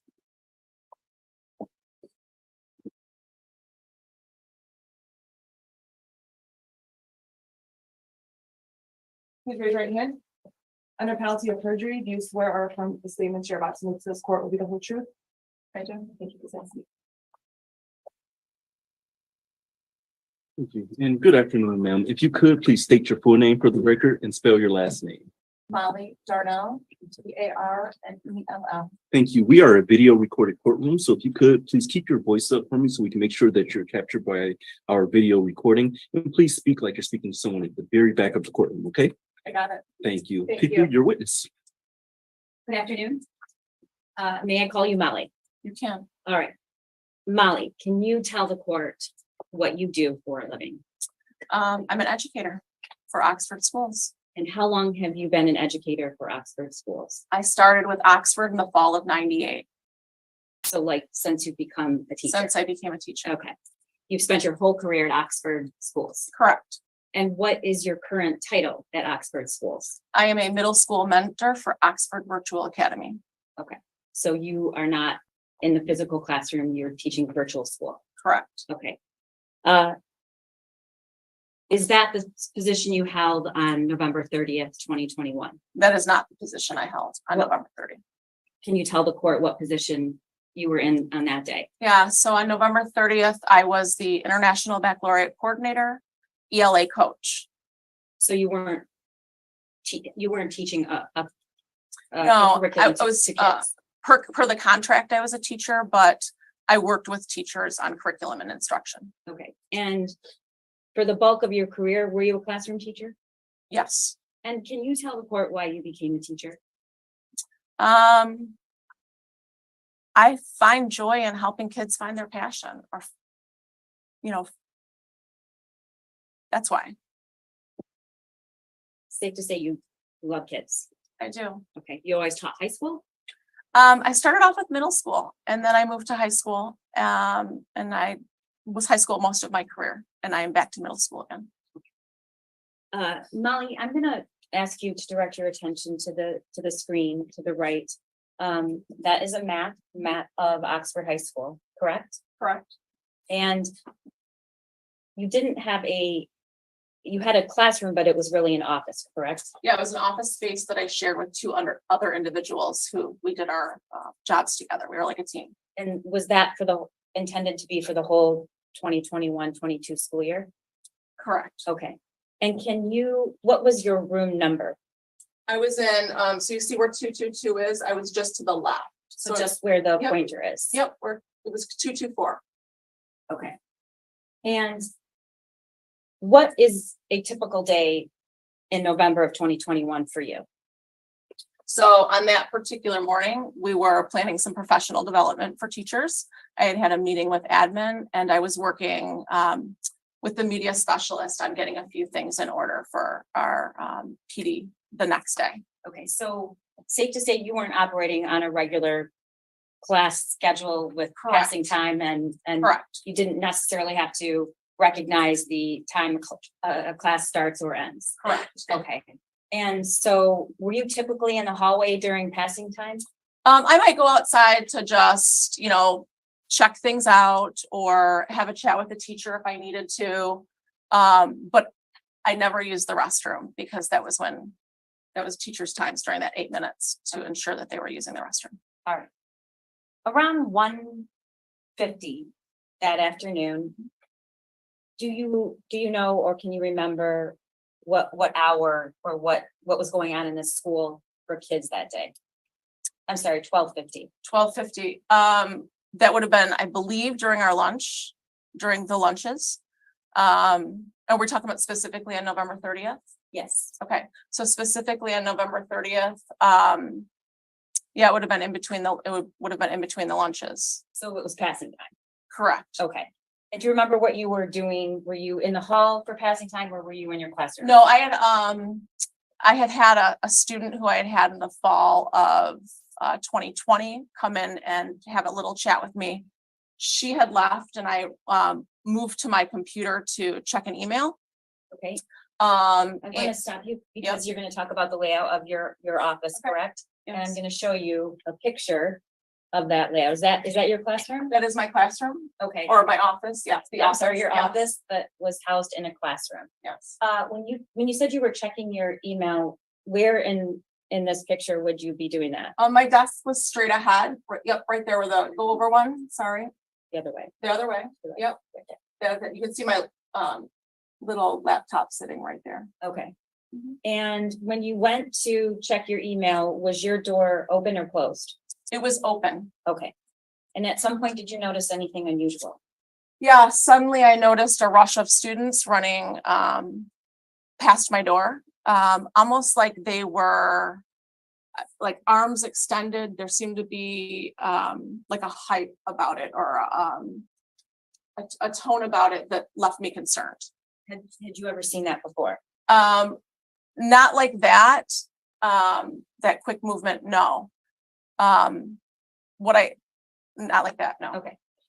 What did you suspect might be happening? My assumption was there might have been a fight or like somewhere there was something going on. And so I got up from I grabbed the phone to call the office. It was immediately went to voicemail. And I ran out my door. So you ran to the door. Yeah, I ran outside of the door Okay, at so that you're- point in Now time. you're in the hallway. Correct. And what do you see? So I'm probably the hallway is a little bit of a like a U shape almost, right? So see how it comes out. So I run out. I'm about midway through 222 and I can see, probably about right there, and I can see students exiting out of door 4. All the way down the hall. Correct. Okay. Were there still a lot of kids in the hallway? There was no one else in the hallway that I saw at the time. Did you find that strange? Yeah, I couldn't really wrap my head around what was happening. Okay. At some point, did you become alarmed? I head back into my classroom immediately, or back into the office immediately. And I'm like, okay, could it be a prank?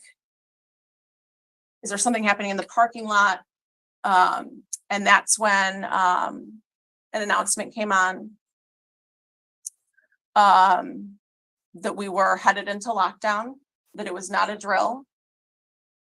And there was doors slamming and the sound of pops. So the announcement, who was on the loudspeaker Steve Wolf, and who's that? the principal, at the time he was the principal of Oxford High School. And did you know him well at the time? I did. And did you notice anything about his voice? There was an urgency to his voice, but there was also an intention to remain calm. And after you heard it was a lockdown, what did you hear, if anything, next?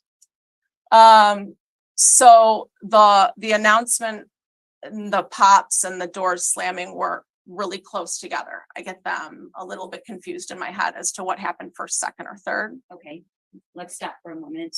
When you say there were pops, what did those sound like? What was that? Did it resemble any other sound? It could have been a locker door slamming. Okay. Like several locker doors slamming in a row. And what did you think? We weren't using lockers at the time.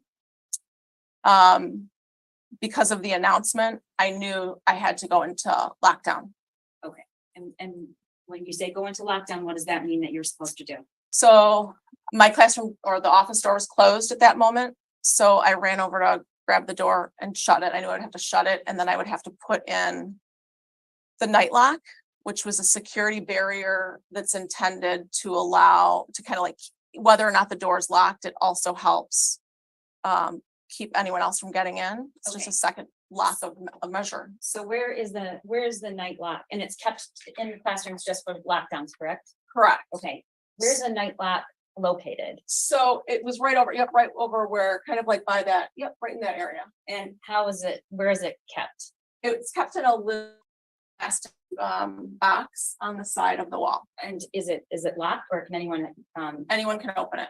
and is this in every classroom in Oxford High School? To my knowledge, yes. Do all the kids know what a night lock is? Are they taught what a night lock is? I know that we have done multiple drills before. I assume that kids know how to use it. I was not in the classroom when those were installed. Okay. Who taught you how to use it? We had a staff professional development when we, like on a Wednesday morning, and we all learned how to do it. Okay. How close in time did you learn how to use the night lock to November 30th, 2021? Was it over a year? Was it It 6 was months? before COVID. Okay. So your door is now shut, but you need to install the night lock, which prevents anybody from getting into the door without the master key, correct? Yeah, I think there's some way to get Some in. device. Yes, Other than that, you'd have to take the casing pretty much off the door, correct? yes. Okay. So tell me what you did. So I reached for the night lock. And the position that I held, I also had an office space at the middle school. Those doors open differently, and so you have to put the night lock in. There's 2 separate ways to put the night lock in.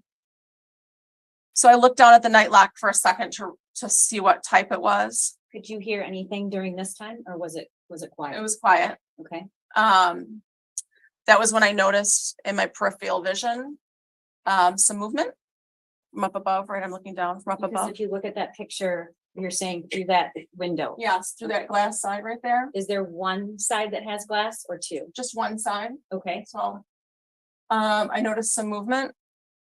And I look. Tell the court what you saw.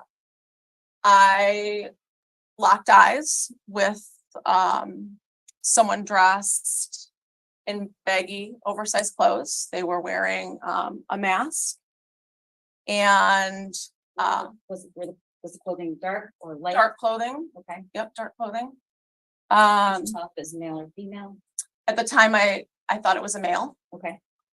Um, And what did you so, see? yep, so I've locked eyes and then I noticed some movement down below and I looked to see a gun raising up towards me. Were you looking at this person's eyes directly? Prior to looking at the gun, yes, I was looking directly at that And- person's eyes. Is there anything or any words you could use to describe that? Or anything you remember about that? I remembered thinking in my head, no orange tip. Okay. I had heard previously that BB guns have an orange tip on them. So my thought was no orange tip. And that's when I jumped to the side, to my right, You're facing the door. and I jumped to the right. Did you recognize this person at all? I had never seen this person before. Okay. And why did you move to the right? I believed he was gonna shoot me. And did he shoot? He did. Okay. What did he do? You moved to the right and then did you hear a shot? I heard 3 very loud. They're physically loud, like I could feel them coming through that door. I like the power of it. But they were, it sounded almost like a pop, like a cap gun. Okay. When you moved to the right, did you just move aside or did you get down? I kind of jumped to the right and I felt my left shoulder move back. And it felt like someone had burned me with hot water. Okay. Did you stop to see what that was, or? I looked at my shoulder. At that point, I noticed my cardigan that I was wearing was ripped. I looked behind and I noticed a bullet hole in the glass of the office, like leading out one of the windows. Okay, so if we can go back, Yeah. you moved to your right, so you're over here. Yep. Okay, and you're facing the classroom, correct? Your Yeah, back I'm is to the- still facing the wall. Okay. Right, so if there was no wall there, I would be looking at the hallway. Okay, and at some point you turn around and you see what? I mean, I just turn around, you can see that bullet hole in the window up there. I noticed that, and I remembered thinking in my head, a BB gun couldn't do that. So What's through that window? that's the courtyard. Okay. What did you do next, Molly? Were you standing or were you sitting? I was standing. I have to ask you something. Was the night lock in your door at this point? No, it Where was it? was in my hand. Okay. At that point in time, I knew I needed to barricade my door. I was afraid to go back towards the door. So I grabbed one of those long filing cabinets Mhm. and tried to pull it back. Realized it was too heavy for me. Where was the filing cabinet? So right next to that door, there was a mini fridge. Mhm. Then there was a filing cabinet, and then there was a cart. Okay, now, there is something barricading the door partially. So. What is that and how did it get there? Yeah, so what happened was, after I realized I couldn't move that filing cabinet back, I got down on my hands and knees and I crawled back and I dropped the night lock in. And then I grabbed the rolling cabinet and I shoved it against the door and the wall, So you crawled over and then finally put the night the lock. night lock in. Okay. And what did you do after you put that in front of the door and you put the night lock in? At that point in time, I continued to move that filing cabinet out a little bit more so I could crawl behind it. My concern was that he would come back through that window and be able to see me. The courtyard. Correct. Okay. Now, were you using both of your arms to move these I things? was. Okay. Were you feeling any pain? I was not. Okay.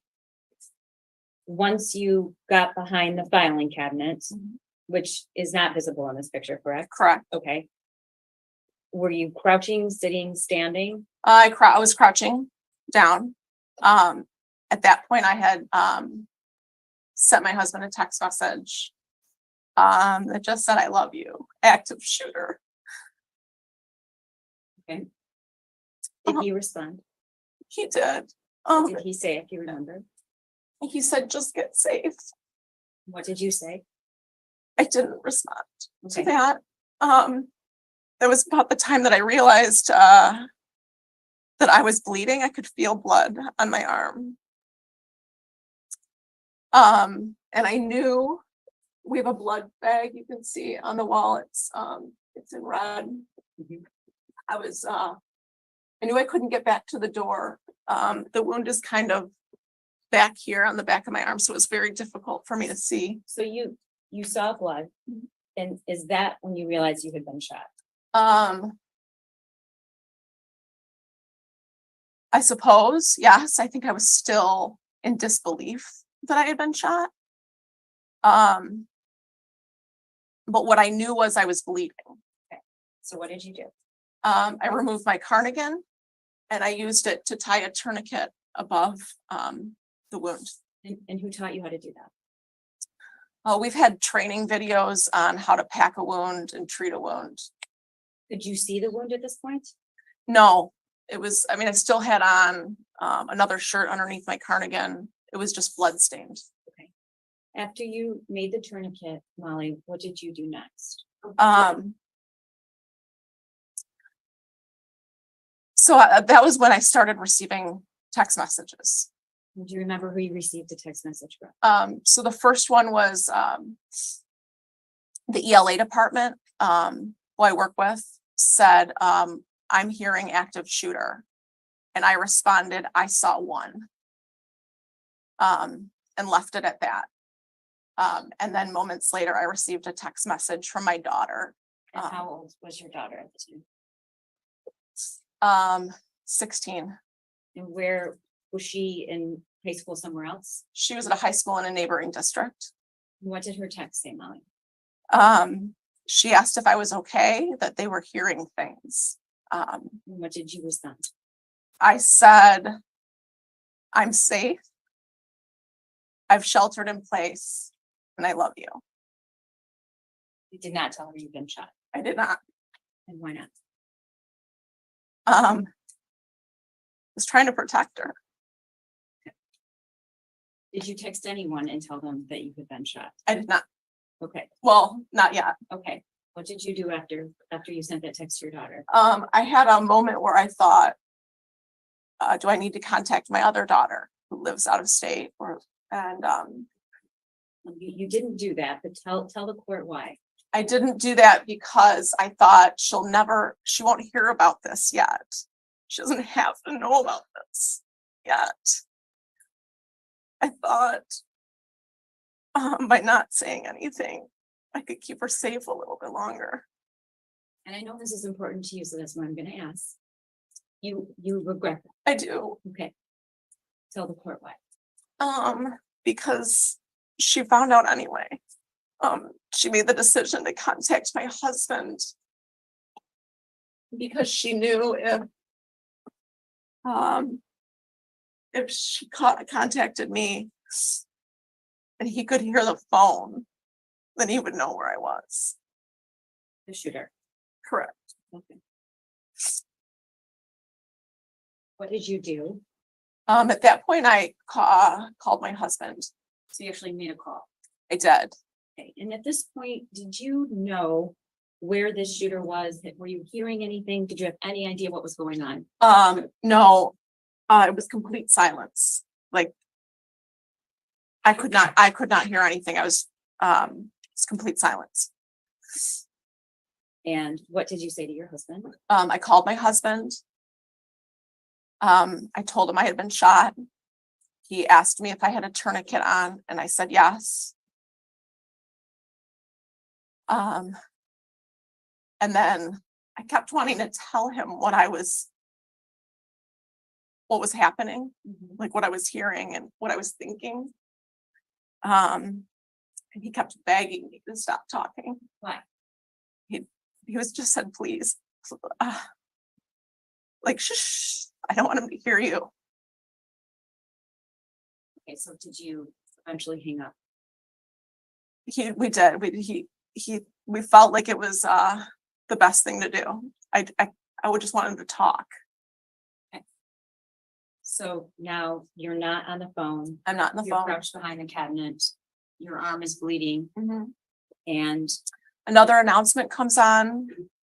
This time it was Pam Fine, and she said we are still in lockdown. At that point, I received a text message from our media specialist that said, I didn't hear that clearly. And I said, just, we're still in lockdown, stay in lockdown. I am starting to uncontrollably shake at that point in time. And I hear something different in the hallway. I'm hearing footsteps. So before that though, Yep. had you told anyone else that you had been shot? only my husband knew. Okay. So you're hearing a different noise and you say it's footsteps. It's footsteps. I was waiting for a shift. I didn't believe that this was life-threatening. And so I was waiting for a shift to say I've been injured. Like once everything was taken care of. What do you mean when you say everything was taken care of? The shooter was taken into custody. And anyone who needed help, got help. You did need help. I didn't think that I needed help, no. Okay. At some point. You got out of that room. So, Do you know how long it was? 20 minutes, I would say. After the shift with the footsteps, I texted the teacher next door to me and said, I've been shot. She called 911 and there was another teacher in that room who texted our administration.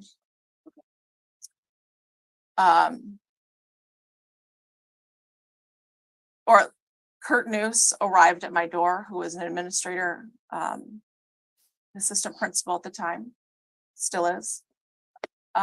He arrives at the door and he says, Molly, are you in there? Or Molly, are you okay? Something to that effect. What did you do? I said, I'm here. But I was afraid to open the door. Why? I've known Kurt for 20 years. I know the sound of his voice, but I did not trust anything in that moment. So you weren't sure it was him? I wasn't. Okay. Within a few seconds or 10 seconds, 20 seconds, maybe. There were officers at my door. And I think that's when they asked, are you injured? And I said, yes. I said, do you want me to take out the night lock? And they said, yes. And then I said, do you want me to open the door? And they said, yes. Did they say what, that you were safe? Did they say that? I don't recall that. I opened the door and I was still really crouched down. And they kind of like scooped me up. And started exiting me out door 4. So they take So me you out. walked all the way down the hall. Yep. Out of door 4. Do you remember what you saw when you walked out? What did the hallway look like? Was there anyone there? The hallway was completely vacant. They had me under the arms. There was 2 men with guns both in front of me and behind us. So they walked you out the door and what did you do? Where'd they take you? They walked me out and we just stood beside door 4 for a second. One of the officers went right back in. And the one that stayed with me said, I'm gonna radio for an ambulance. We just need to make sure that nobody else has a higher need than you. Okay. So how long did you stand there? It might have been 3 or so minutes. Okay. And eventually an ambulance came. There was one, yes, Okay. Yes. So they get you in the ambulance and where did Yes. they take you? to the hospital up here. Were you feeling any pain at this point? I could not feel physical pain, no. Some point you found out what your wound was and where it was, correct? So I knew I had sustained an injury to my arm. Can you tell the court what the injury was and? Yeah, I was shot through the fatty part of my arm, through and through. So I want the record to reflect, Your Honor, that she is pointing to her left shoulder and she is pointing to the portion of her bicep area that is in how many inches away from your heart? About 6. If the record was so reflect. You were treated there and released, correct? Correct. Okay. You said you were in shock. At some point, were you told or did you see the door of your classroom?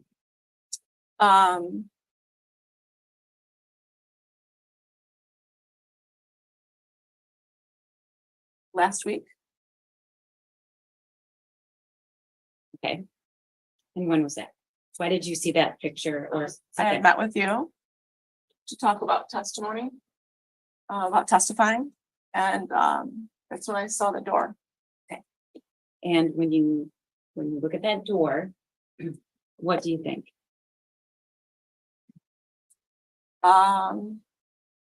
He was aiming to kill me.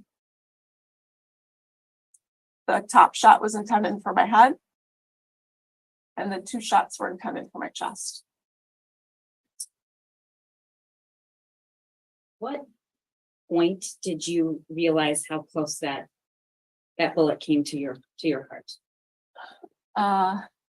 It would have been weeks later. I realized, oh, it is right in line with my heart.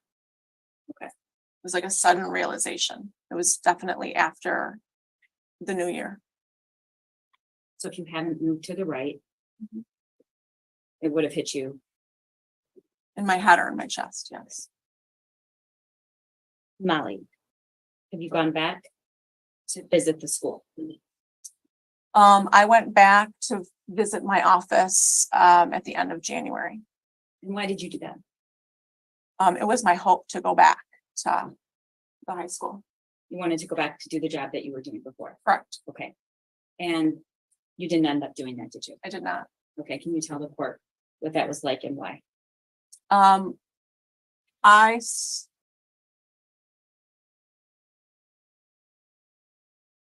couldn't, I just, at the end, I wanted to go back. I loved the work that I was doing. And I wanted to kind of prove that I could go back. But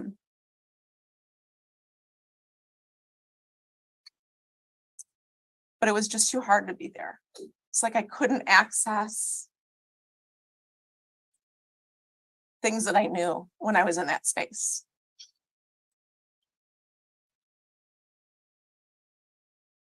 What do you do now? I work at Oxford Virtual Academy as a mentor. Okay. Was there any lasting scar or pain from that injury? There was some numbness for a while. There is still a visible scar. Okay. And I've viewed the scar, and I certainly wouldn't ask you to show anyone else, but can you describe where your scar is? Yep. So it's on the back side. It's about right here. I can feel the 2. That's where the bullet entered and exited. There is a red. It's still red. In between where the bullet hole cauterized my arm. But you can still visibly see where it entered and where it exited. exited. Okay. Yes. Molly, I asked you when you sat down why you wanted to be a teacher.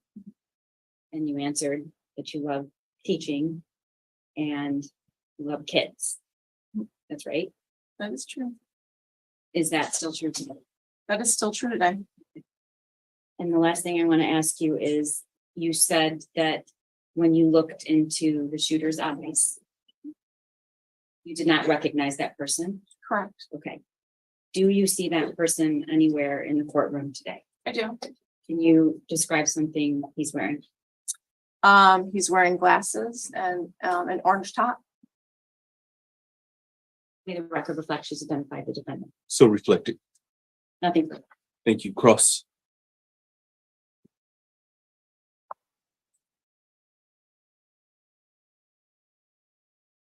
Mrs. Darnell, in order to become a teacher, you went to college, correct? I did. You had a major. I did. What was it? English.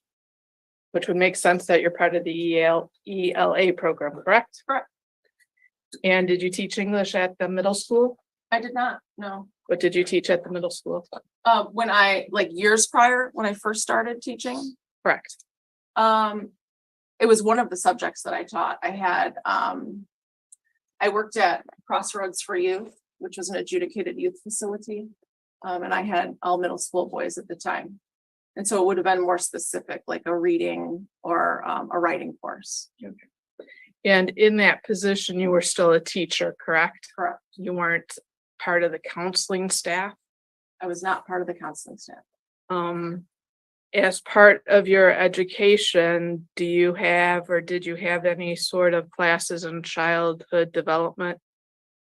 I did have classes in, basic childhood development my sophomore year.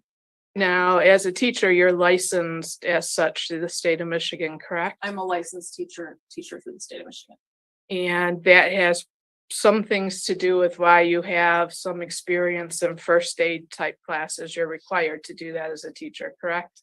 I don't know if that's a requirement by the state of Michigan or if that's just something we're required to do, but it is part of something that we have to do. I mean, it's part of training that I've been given through professional development.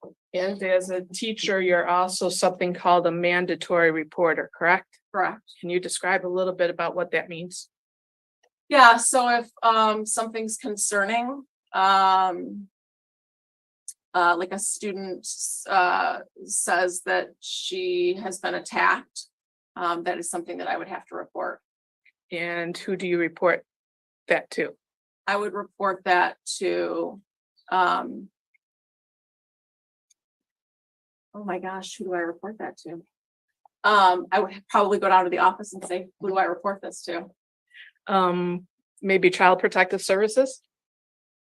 I don't believe it could be Child Protective Services, but I know I would go down to the office and ask, this is what happened and I need to report this. So you mentioned having children and your concern for them and your role to protect them, correct? Correct. And you would think that would be consistent with any parent, correct? I would think. So, from a perspective of a parent, if you saw a child struggling with mental health issues, would you get that child some sort of treatment or support or counseling? I would. And if that child reported delusions, hallucinations, hearing voices. Your Honor, this is a witness that testified about being shot and she's a victim. I don't know, I'm not sure where counsel's going, but she's not qualified as a child development expert. And I would ask that counsel refrain from asking these kinds of questions. Your response? Your Honor, this is a Miller hearing. There are Miller factors. One of those factors is the history, family history of Mr. Ethan Crumbley. I'm asking her from a parent perspective, not necessarily her personally, and even as a teacher, questions that get toward his family history, her knowledge of it, as well as the issues that should be raised in a Miller hearing. It may be a Miller hearing, but this is a victim of a crime. And if she wants to call somebody to talk about those things, they have witness lists and they're going to do that. But this witness is not and should not be subject to those questions. And she's not a lawyer and she doesn't know what the Miller factors are, unless there's some independent knowledge I don't know about. Thank you. Let's get to the point. You can ask her specifically if she's ever interviewed your client. I think that's more appropriate. But to ask her general questions, I don't believe that's appropriate here, as you haven't laid the appropriate foundation for this witness to answer those questions. So the objection sustained. You may continue. So if, as a mandatory reporter, you learned that there was a student having hallucinations, mental health issues, delusions, or hearing voices, would that be something that you would report to someone? I would take it down to the office. Yes. And if you knew that a student had been left alone as an elementary student or a middle school student for hours during the evening and nighttime hours, night after night after night, would that also be something that as a mandatory reporter you would bring to the office's attention? I have never had that happen in my career. I don't know what I would do. That would be something that would concern you enough that you would have to think about whether you would be required to report it then. Would that be fair to say? Your Honor, she's answered the question. She said she doesn't know what she would do. Thank you. Respectfully overruled. You may answer the question now. Can you repeat the question? Sure. As a mandatory reporter, if you had learned that a student in an elementary school age or middle school age bracket had been left alone for hours by themselves at night and in the evening, night after night after night, would that be something that you would have to think about reporting to someone? I would be concerned. Absolutely. I don't know the circumstances specifically. I would have to hear what the circumstance, like what are the circumstances exactly that are happening for me to know whether or not I'm reporting.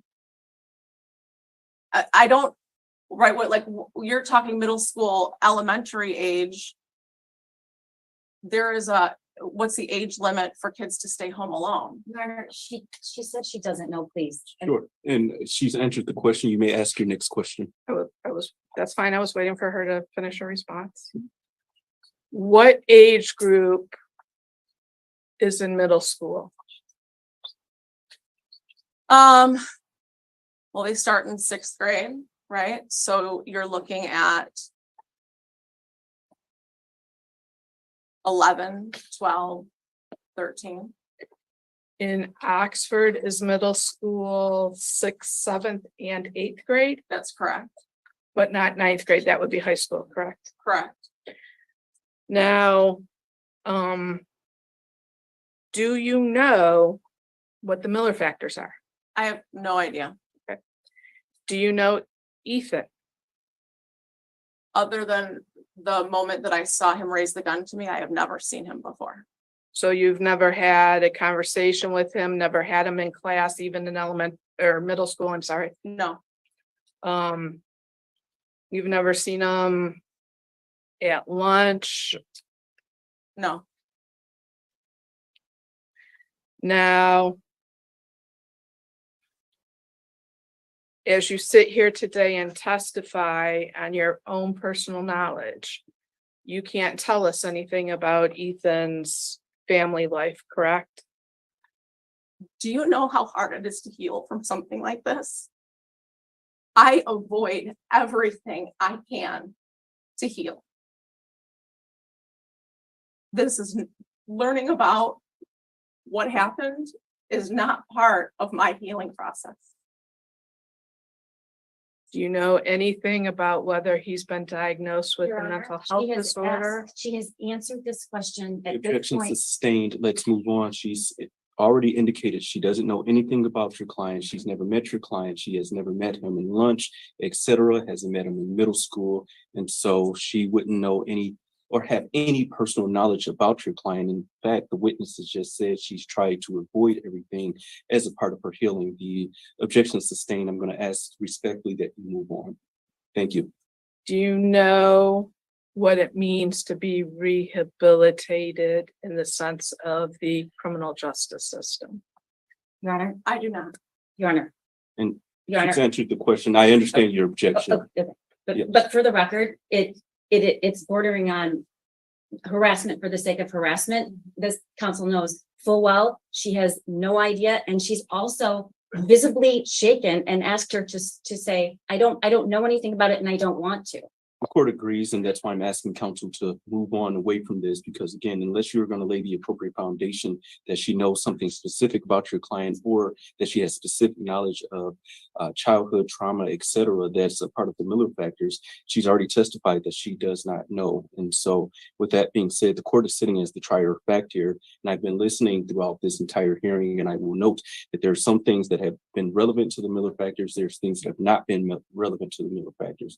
The court will place the appropriate weight on the evidence that supports the Miller factors. And so I've been listening very patiently, but again, this witness has testified that she doesn't know what the Miller factors are, and the court is, again, based upon her testimony, is going to conclude that she has no direct testimony as it relates to the Miller factors. And so again, counsel respectfully, please move on.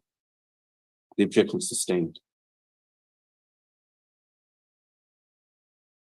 How many years did you teach at, well, Crossroads for Youth? 2 years. Your Honor? That was my last question. Thank you. Thank you, Ms. Hott. Any redirect? Yes. Thank you for being so strong and for having the courage to be here. May she be excused, Your Honor. Yes, ma'am, you are excused. You may also leave the courthouse. Any need to have this witness called back? None at all. Thank you. Thank you, ma'am. You're all set. With that being said, the time is approximately 4:05. As I indicated to counsel off the record, we will end our hearing before 4:30 because of security building issues. With that being said, we're going to conclude for today's date, and we're going to pick up tomorrow at 8:30 a.m. With that being said, anything else from counsel this afternoon? No, good. I'm sorry, you said 8:30? 8:30. Thank you, Jeff. Understood. Thank you. With that being said, deputies, you may take the defendant.